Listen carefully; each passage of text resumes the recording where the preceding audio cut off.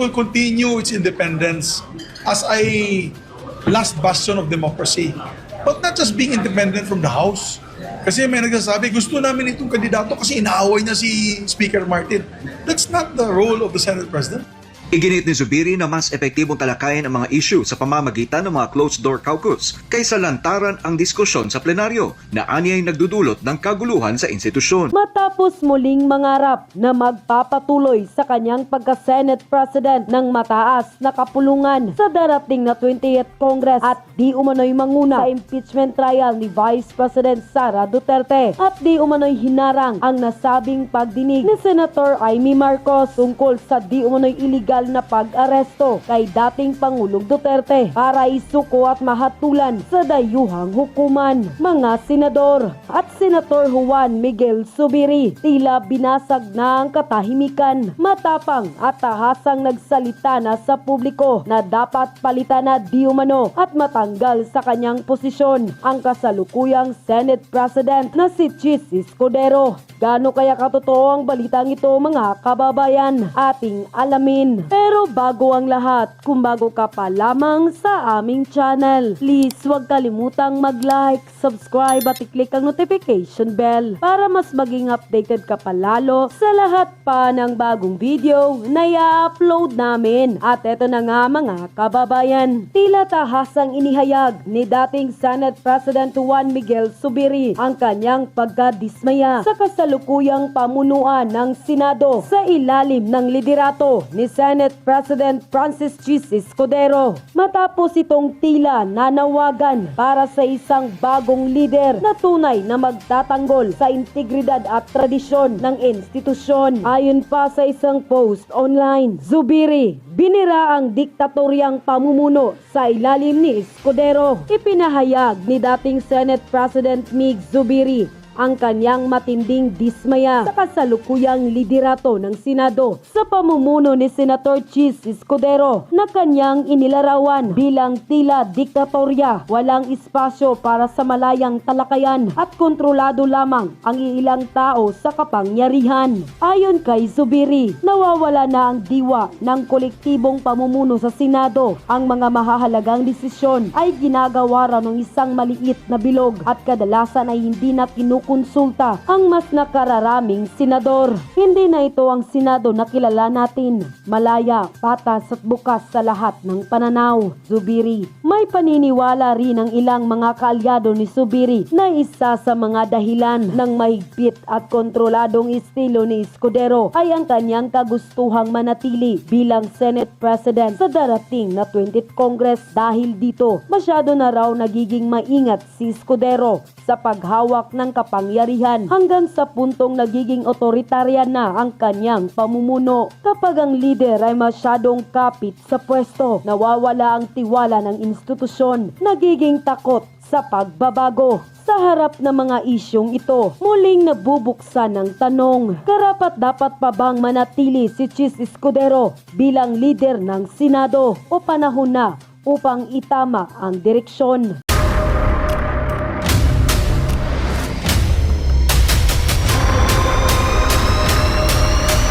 Bago tayo mag-umpisa, baka pwede nyong i-like ang video na to. Malaking bagay ang like sa aming mga content creators. Maraming salamat po.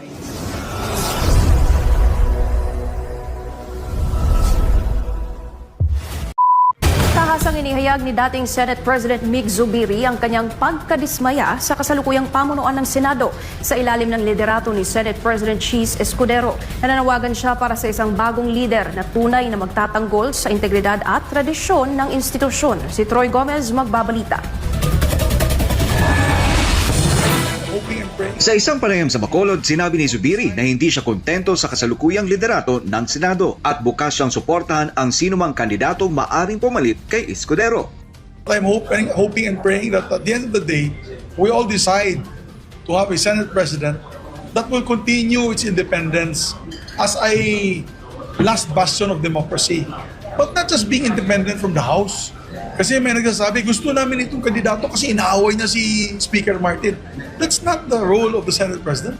Iginit ni Zubiri na mas epektibong talakayin ang mga issue sa pamamagitan ng mga closed-door caucus kaysa lantaran ang diskusyon sa plenaryo na anyay nagdudulot ng kaguluhan sa institusyon. Binigyang diin din niya ang pangangailangan ng isang leader na hindi lang mahusay makipagbangayan, kundi may kakayahang panatilihin ang kasarinlan ng Senado mula sa iba pang sangay ng gobyerno. Bagamat inamin niyang may 13 senador ang sumusuporta kay Escudero, umaasa si Zubiri na maaari pang magbago ang kanilang posisyon sa mga darating na araw. The role of the Senate President is to steer the Senate as a ship. You know, no matter how rough the waters are, to show the people that the Senate is our ship of state that will never, never break down. It will never surrender its principles, its traditions. Kaugnay nito'y kinumpirma rin ni Zubiri ang pagbubuo ng tinatawag niyang veteran bloc sa Senado na kinabibilangan ni na dating Senate President Vicente Tito Soto III, Panfilo Lacson at Senadora Loren Legarda. Layo ng grupo na itaguyod ang prinsipyo ng isang malaya at may paninindigang Senado. Nauna nang nagpahayag si Soto ng kahandang muling pamunuan ang Senado kung makakakuha siya ng suporta mula sa mayorya ng mga senador. Kung hindi man, bukas din siyang magsilbi bilang minority leader. Our bloc is the veteran bloc. And that is Senator Loren Legarda, Senator Tito Soto, Senator Ping Lacson, and myself. So that's the veteran bloc right now. And we're, of course, initially we were pushing for Senator Soto as the Senate President. Ang pagbubuo ng veteran bloc ay itinuturing na senyales na umiinit na ang politika sa loob ng Senado sa gitna ng posibilidad ng pagbabago sa liderato ng mataas na kapulungan. May ano tayo, may blind item tayo. May tatlong mga senador daw na nagkita-kita para pag-usapan itong nalalapit na pagpapalit o pagbobotohan ng Senate President.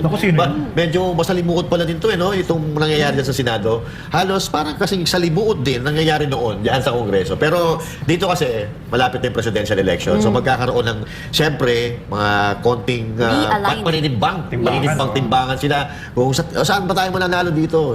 Siyempre, politika to eh. Numbers game, Ma'am Cathy. At eto si Ma'am Cathy ang mas may maraming alam kung ano nangyayari sa Senado ngayon. Kasi lagi nasa Senado to eh. Secret! Hindi, ano yan? Alam mo, ang napansin ko lang, yun sa Senate kasi konti lang sila. So dahil konti sila, may tendency mag-usap-usap sila. Yes. Pag meron din sila na pagkakaintindihan, sabi nga na gentleman's agreement. Yes. Pero of course, if hindi natupad ang usapan, hindi rin natin alam kung ano yung pwedeng mga mangyari, right? So, pero yun lang yung advantage. It's more, mas disente ang usapan because there are only few of them. Yes. You know? So, yun yung maganda doon. Maliit na komunidad lang, kumbaga, Yes. pinag-uusapan natin. Yes. Makikita natin kung sino yung talagang lumilitaw, so sino yung lumulubog. Usapang ano to, di ba? Senate Speakership. Senate President. President yan. President, sorry. President. Ako, tatlo lang talaga na... Huwag nyo naman sana iluklok din si Risa at si Amy, ha? Mahawa kayo. Mahawa kayo. Ang dahil na natin problema sa bansa ang Pilipinas, huwag nyo nang dagdagan. Dahil sa akin dyan, yan. Siyempre, doon tayo sa binoto ng mga Pilipino. Yung yan, katod yan, kay Senator Bongo. Yan. At doon, syempre, doon tayo sa hanay ng mga Duterte. Senator Bato and Marcoleta. Yan. Yan lang yung tatlo. Kasi si Tito Soto na una, naging naging Senate President na yan eh. Wala ka na dapat patunayan. Bakit kailangan mo pa? Tsaka hindi ko lang masyadong matandaan kung naabutan ba ni Tito Soto yung impeachment kay Corona. Naabutan niya ba yun? Actually, isa siya sa presiding judge dun eh. So, hindi niya na dapat, siguro mas maganda, iba na lang yung paupuin niya dyan. Tapos magbigay na lang siya ng advice. Or magturo kung pwede. Kasi kung siya, ang bakit kasi nun, katulad niyan, si Cheese, si Zubiri, siya, so si Cheese. So, yung iba naman, pagbigyan yung iba, naipakita nila yung pakita nila yung galing nila. Style of leadership. Tsaka kailangan nga talaga dyan yan. Una-una yung binoto talaga ng taong bayan. So, sino ba yung pinakamaraming boto nung nakaraang halalan? Si Senator Bongo. Pangalawa, may alam sa impeachment din. Attorney, lawyer, yan. Nandiyan si Senator Rodante Marcoleta. Si Senator Bato din, pwede rin. No? Kaya yung tatlo talaga ang mga pwedeng maging Senate President. Kaya nga sabi ko, wag naman sana si si Hontiveros tsaka si Aimee. Honti na lang. Oo. Wag naman. Lalo na sino yung isang balimbing ngayon, yung kapalitan ni Nino? Tolentino, si Gatchalian ba? Oo. Huwag din yan, ha? Forma din to eh. Oo, forma din daw yan. Isa yan sa mga tinatawag na balakit. Ay, di pala, hadlang. Balakid, lang, parehas lang. Maria J. Alam mo kung papipiliin ako dito kay Achiche at kay Cheese. Escudero. Mas okay sa akin si Escudero. Alam niyo kung bakit? Unang-una, Abogado. Abogado, yan. Oh. Tapos yung, alam mo yung part na hindi siya nagpadikta dun sa Congress. Kasi parang nilalabanan niya nun eh. Yeah. Na ay, kung gawain niyo yan, kung sumusunod kayo, kung ang trabaho niyo ay sumunod kay Romualdez sa Senado, hindi ganito. Malaya kung pinapabayaan ko yung mga ibang senador na magsalita kung ano yung gusto nilang sabihin. At isa pa, ang dito, may impeachment tayo na sinasabi. So, kailangan talaga abogado. Tapos, ang form niyan, kung ikaw ay abogado na, personal knowledge mo kung ano yung sasagot mo doon sa impeachment. Ngayon, kung si Achiche, kailangan niya pa ng abogado. Si Achiche, sino ang Achiche? Si Achiche. Achiche! Yung mga komedyante, mga classic na komedya. Achiche. Ito mga kung ano ng mga natutunan mo, ha? Si ano ba? Si Lito Lapid ba yan? Si Coach Oli, may pangalan ng Achiche na yun eh. Coach Oli Hindi mo talaga. si Aiza Sigera yan. Achiche, nilulunod ba siya? Pag nagugulat, Achiche! Okay. Kaya ka natatraffic eh.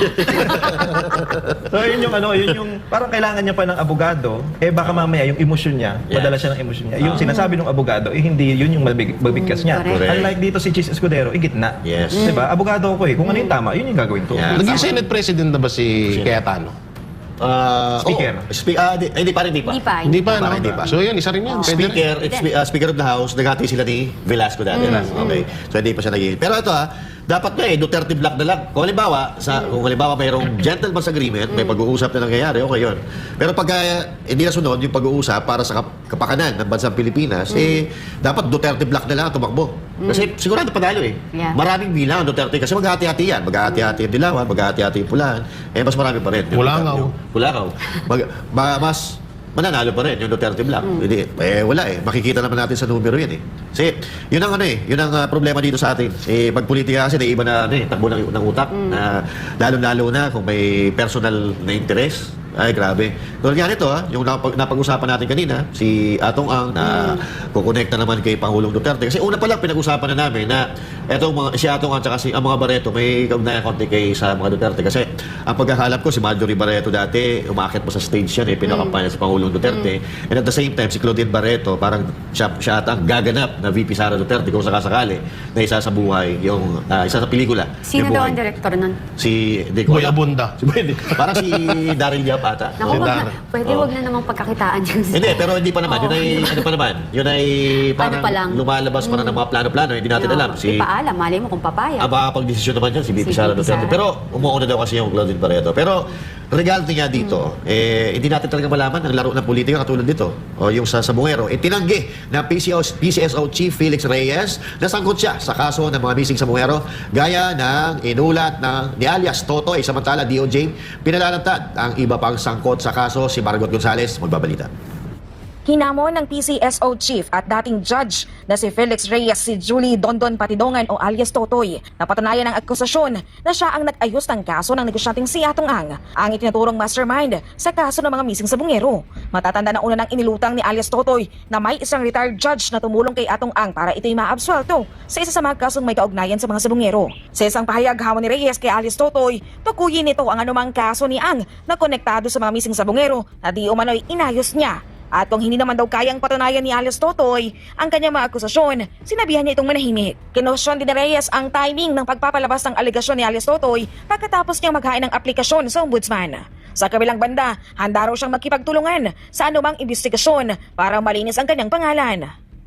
Si Justice Secretary Jesus Crispin Remulla ay nagbabala naman sa iba pang sangkot sa kaso. Anya mas mainam na umamin o lumantad na sila ng mas maaga. Mabuting maaga pa lang, magsalita na sila. Kasi mahahanap din namin yan, makikita din namin yan. In the long run, the case is going to haunt all of them. This is a long drawn out case, and the earlier they come in, the better.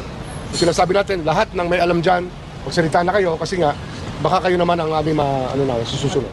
Una nang sinabi ng kalihim na kasong murder, kidnapping at paglabag sa international humanitarian law ang mga posibleng maikaso laban sa mga sangkot sa kaso ng mga missing sa bungero. Maliban kay Atong Ang, itinuturo ring mastermind ng aktres na si Gretchen Barreto. 4 na grupo raw ang dawit dito na kinabibilangan ng Alpha, Bravo, Charlie at Delta Group. Para sa Diyos at Pilipinas, kumahal, Mark Gonzalez, SMNI News. Walang hiya kayo, kaya pala matataba yung mga tawilis dyan sa ano sa Taal, ha? Kaya pala sarap Mga ihaw. tilapia, mga tilapia. Kung ano-ano mga isda dyan. Pero don't worry doon sa mga kumakain ng tawilis. Kasi ang kinakain ng tawilis, mga plankton. Hindi kumakain ng patay. Hindi, at saka moving water. Yes. Wala na yan. Oo. Paano yung hanapin yan? Di ba, kalokohan naman yan? Di ba, let's be realistic here. Ay, maraming daw hawak sila Remulla na ebidensya. Yan na naman. Awa tungkol dyan. At dyan nga, hindi rin nagpahuli si Torre. Meron din daw. Ang bali-balita nga, siya daw yung unang may alam sa ano na yan. Siya yung unang nilapitan dyan sa kasong yan. No? Dahil nga daw itong si alias Totoy ay talagang kampante. At malaki ang tiwala kay PNP Chief Nicolas Torre. Grabe. Grabe. Talagang ano, no? Nakakatawa yung sinabi mo na yun. Kung may Nazareno, siya ang nasira. Nasira na sa reno. Alam mo, tama yung tama yung sinabi ni, naalala ko yung binanggit ni Master Judea na kukunik na naman to sa mga Sinasabi ko sa inyo. Duterte. Tsaka nakakapagtaka tong yung alias to. Hindi naman natin sinasabi na wala siyang alam o hindi totoo yung mga sinasabi niya. Pero ang point kasi diyan, 'di ba, meron kang ebidensya, bakit hindi mo pa ilabas? Tapos alam niya daw, tapos sinasabi ni DOJ, alam niya daw kung nasaan. Oo. Nasaan yung mga Saan inilaglag? Oo. Alam niyo ba kung gaano kalalim yung Taal? Tapos yung ilalim niyan, putik pa. For example, Putik talaga ba ito eh? putik talaga yung mga yan. Naiisip ko nga kung binaon nila doon mismo sa bulkan, pwede. Pero kung lalagyan Binato nila nila ng sa bulkan, edi Tunaw wala yun. na yun. Sa tagal. O kaya gagawin nila, lalagyan nila ng pabigat yung Yun talaga yun. lulubog talaga yun. Criminal minds. Paano yan eh? Mahirap sabihin na tinanim. Pwedeng totoo yung sinasabi niya na hindi niyo na makikita. Yes. Pero pwede rin hindi. Yes. Pwede rin sinabi niya na dyan lang yun. Diba? Kasi kaya maguguluhan ka dito kay alias Totoy kung totoo yung sinabi niya, hindi rin natin pinagtatanggol si Atong Ang, Yes. diba? Ang maganda kasi niyan, magharap sila sa korte, maglabasan sila ng ebidensya At para ito- doon magtatama yung kung ano nila, gusto nila mangyari. At ito pa, Yes. wala pa rin silang pinafile na kaso. Ito, yung isa pa yun. Di ba? Wala pa rin pinafile ang kaso si alias Totoy and si Boying Remulla. Tsaka ito kung matatandaan nyo, noon sa panahon ni Bantag, may mga nagsasabi na may mga nakalibig daw na mga tayo sa loob ng bureau, diyan sa kulungan, diyan sa mga tangke, sa mga Puso Negra. Nung kinalkal, ang nakita nila, buto ng manok. O walang buto ng tao. So parang ganito rin ang nagiging istorya eh. Parang nagiging istorya. Nandiyan nakalibing yung mga tao, inilaglag dyan sa tubig yung mga tao, pinaglagyan ng pabigat. Tapos ngayon, sisisid sila. Malay ba natin kung ngayon, habang gabi, naglalaglag na sila ng mga buto-buto doon. Wala naman sila binabalita. Hindi naman naka-live yung mga ginagawa nila. So, ang hirap kasi paniwalaan, unang-una, ilang taon na yan? 2021 yan nangyari eh. Anong taon na ngayon? 2026, di ba?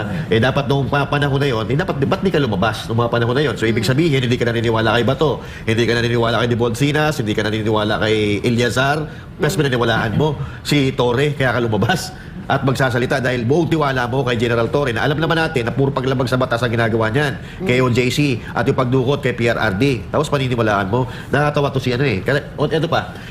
Kaya ako nagduda kasi ito pala si alias Totoy, ito makbo pala itong mayor under Alyansa. Under Alyansa. Kaya hindi rin katakataka na lalabas talaga. At ngayon, tulad, sabi mo kanina, noong unang pinag-usapan natin to, hindi tayo masyadong nagko-komento kasi parang yung mga galawan nito napanood na natin dati. At ngayon, nakikita natin, may statement si Remulla na parang may nakikita daw siya na may kaugnayan itong missing sa Mongeros dito sa war on drugs ni PRRD. So, kinoconnect na naman kay PRRD dahil wala silang makuhang ebidensya dito sa extrajudicial killing. So, pahabain na naman nila, mag-iimbestiga na naman sila dito sa missing sa Mongeros para magtagal lang si PRRD sa dahig. Pero ito yung nakakatawa. Di ba? Nag-aalboroto ang Taal Volcano ngayon. Oo. Ano yan? Parang nagpapahiwatig ang Parang Diyos sign, eh. na, hoy, tumigil ka. Ano naman ginagawa mo? Pati ako, dinamay mo sa kasinungalingan mo. O, di ba? Baka umabot ng Cavite yung Sabi ano ng na yan, Talbot, yung oo. tama ng tal this Diba? time, ha? Taga Cavite kayo, madadamay pa yung mga kababayan nyo dyan. Por Diyos, por Santo, Oo, dinamay diba? nyo na nga kami sa pagboto nyo kay Marcos. Tapos dinamay nyo naman kami sa galit ng Taal Volcano. Diba? Alam mo, itong napapansin ko lang dito, binibigyan natin ng pagkakataon to si Boying kasi nga may alam daw siya patungkol dyan sa missing sa Natin Bungero. alam eh. Binibigyan natin ng pagkakataon na, o sige, kung kaya mong gawin mo. Pero hindi, doon pa rin nagbagsak talaga sa mga Duterte. At ang naapektuhan dito, yung mga pamilya ng biktima. Yes. Kawawa binibigyan nyo ng false hope Yes. Diba? Naasa yung mga yon na kahit buto na lang yung makuha nila, para magkaroon ng maayos na libing para dun sa mga pamilya nila. Wala na, kahit wala ng Para mapanatag na Para rin. mapanatag lang sila, pero hindi di ba? Sinabi na meron siyang alam pero wala daw buto. Ano yun? Tapos sasabihin ni Rebulla, meron. Meron silang alam kung saan nakalagay at kukukain daw nila. Ano ba? May magtuturo na daw kung saan talaga parte inalaglag. Tapos ididikit na, tapos bandang huli ididikit sa mga Duterte. Wala, ito lang talaga yung politika. Duterte pa rin ang target nitong missing sa Bungero na to. Tanim tanim bala, tanim ebidensya, Tanim buto, witness. tanim witness, tanim buto na naman. Gagawin sa mga Is Boying Remulla in good health? Hindi natin alam kasi Kasi tinitingnan ko siya parang there's something wrong The hindi color normal and all. Hindi normal There's yung kulay, something di ba? wrong, no? Pero Yeah. naoperahan to si sa puso kasi nung nakaraan. I think medyo cancer, di ba? May cancer ba siya? I Survival don't or know. something? Ang itim, ang ano niya na, no? Ang itim yung na, color no? niya, iba Itim yung... na kaya katawan, iba, ito pabudhi. Malay nyo, ano? Ayan, look Ayan, at yan, him. oo. Parang hindi siya, hindi Hindi siya siya hindi healthy. parang talagang hindi siya okay. Yes. I Malay can nyo, see. bukas sa Makalawa, ombudsman na siya. Well, Ombudsman.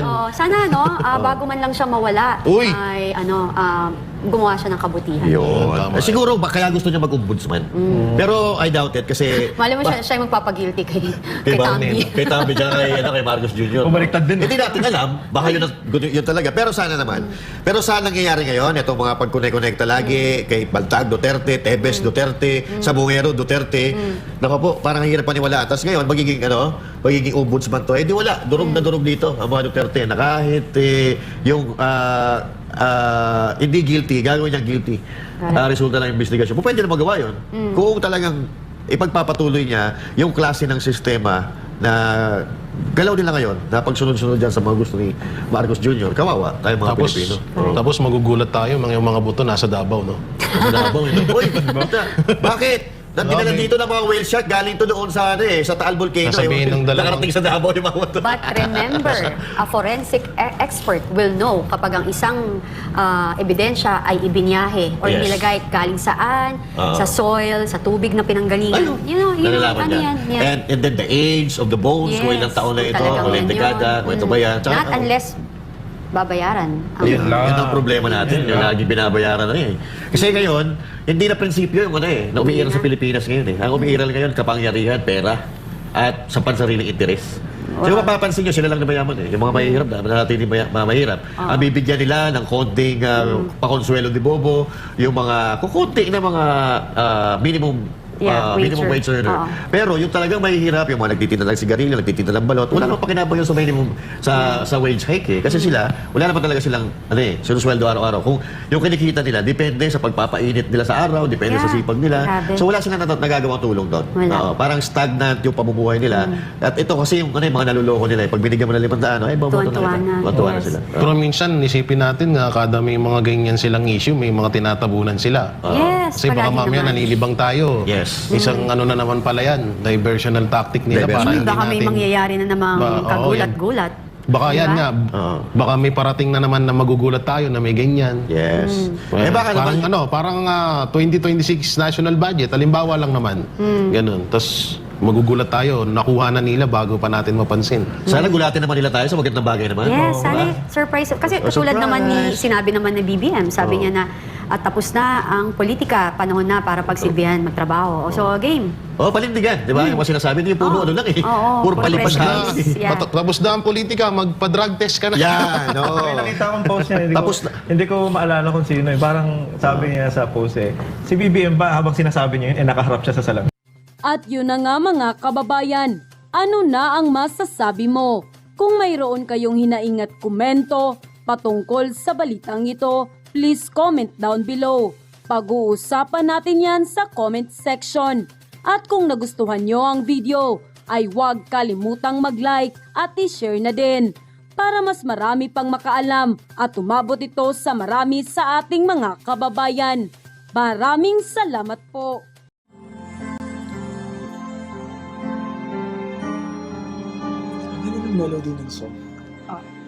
Ang bayan ko'y pinagpala pagkat sa amin pinigay ang isang biyaya. Biyaya na mag-aahon sa hirap at dilim ng kahapon at sa bawat Pilipino'y magtatanggol. Sa bayan ko dating laganap, pang-api at dusa sa aming mga mahihirap. Ngunit ikaw ay dumating, sagot sa aming mga dalangin. Muli kaming babangon, mabuhay ka, Tatay Digong.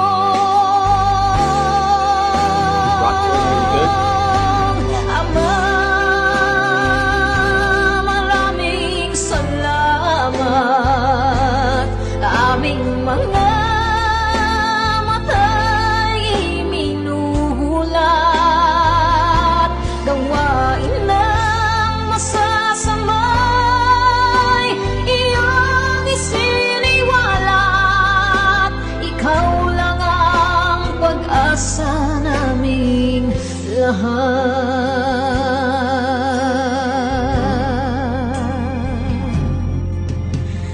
Bayan ko, Pinamatay niya ako kung iyak ako.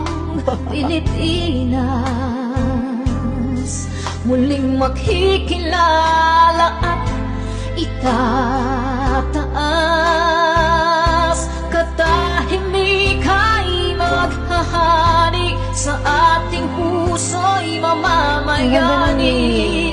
Mga ngiti sa labi di mapapawi.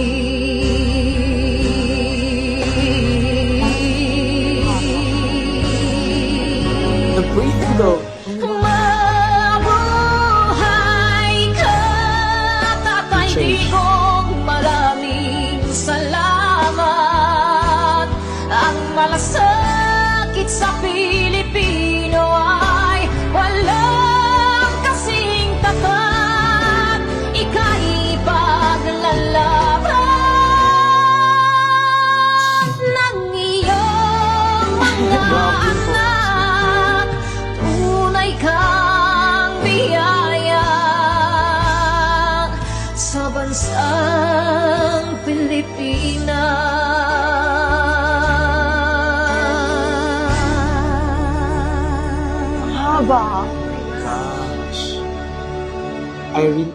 Mabuti pa ang sardinas, may label. Eh tayo, wala. Nay, ito na yung bayad ko sa isa, ano? O, kunin mo yung isa. Isa muna, iyan, no? Tapos, isa pa, di ba? 4 dapat na sardinas, eh. Yan. 3 na. Pang-4 na sardinas. Okay na.